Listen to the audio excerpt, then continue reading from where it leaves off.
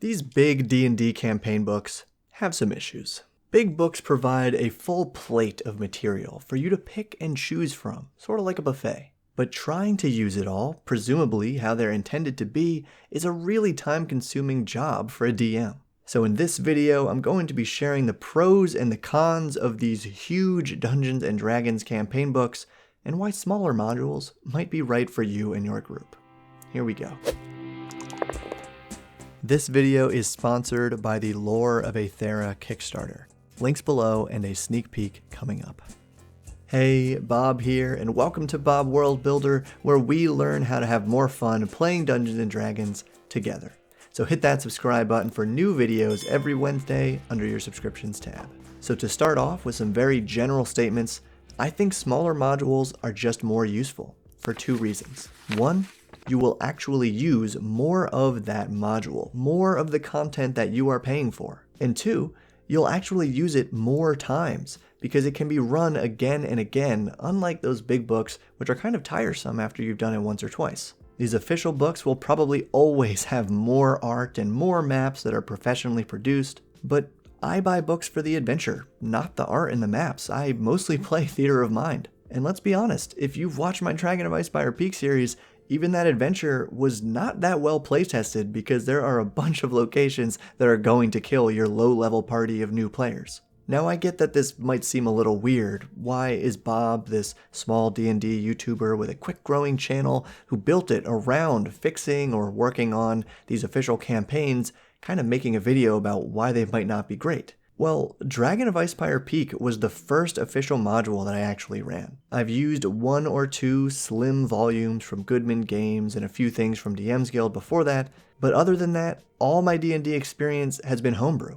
That's why I named this channel Bob World Builder and why I am eventually going to start doing more world building on it. But Dragon of Icespire Peak caught my eye because it is actually modular. It's made up of a bunch of different locations that can be run as one-shots or parts of a campaign, and that's kind of how I ran them, very episodically, and you can see that on my channel in the Dragon of Icespire Peak playlist. These bigger campaign books can be great, but they are also a ton of work for DMs to prep ahead of time.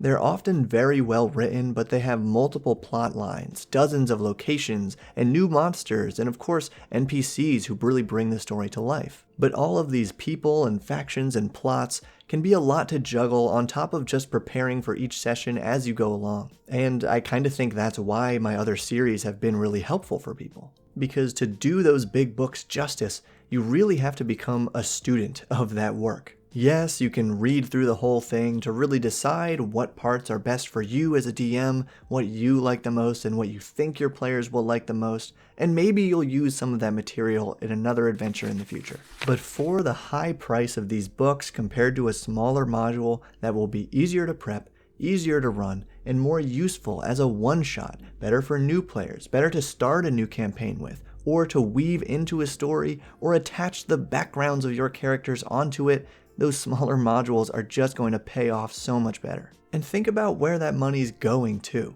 Not that Wizards of the Coast is some huge corporate conglomerate that's absorbing all of your D&D money, but smaller companies are out there, and there's a seemingly infinite number of independent creators who are trying to make their way as writers, often doing a lot of things better than even Wizards of the Coast can. Much like the kind and innovative folks behind Lore of Aethera, The Lost Druid, a beautiful level 1 to 3 5e module with a cinematic structure of 12 scenes. The adventure flowchart and 3 scenes are available in a preview on the Kickstarter page, and every scene has a lightweight design with hyperlinks to and from the appendices, making it super easy to read, prep, and run. They bear elements of the main story arc and seeds for your own offshoot adventures. Plus, there are animated graphics and music tracks for each scene that turn this module and setting into an immersive gaming experience for your group. Check out the Lore of Aethera Kickstarter through the links below to join me in supporting these awesome creators.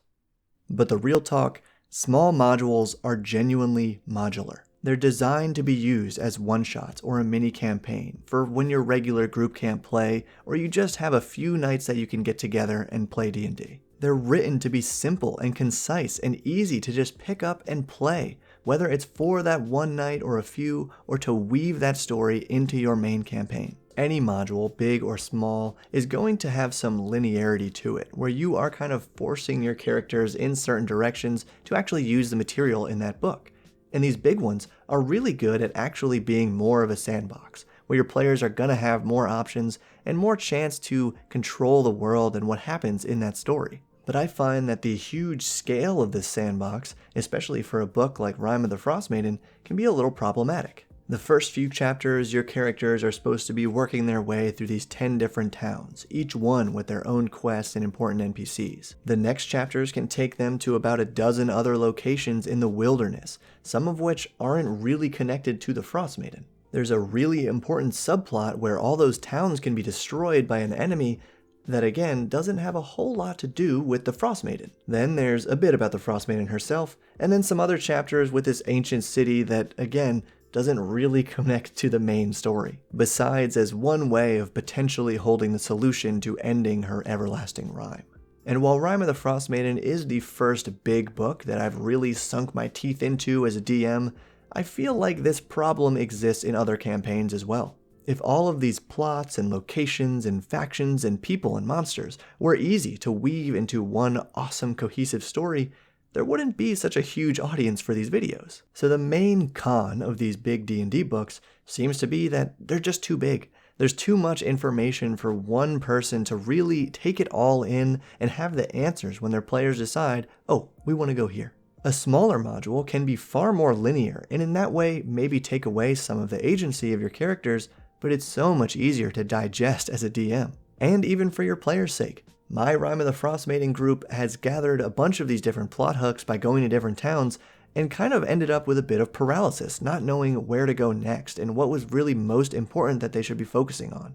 Really, that's me failing as a DM to signal what's most important for them to do, but in this huge book with tons of options, I felt like I wanted to give a lot out and let them decide. But the underlying problem of these big campaign books is that they then don't leave enough room for you to build a story around your characters. Modern D&D is really about telling a story, and oftentimes we want it to be this huge, grand story that plays out over years of gameplay.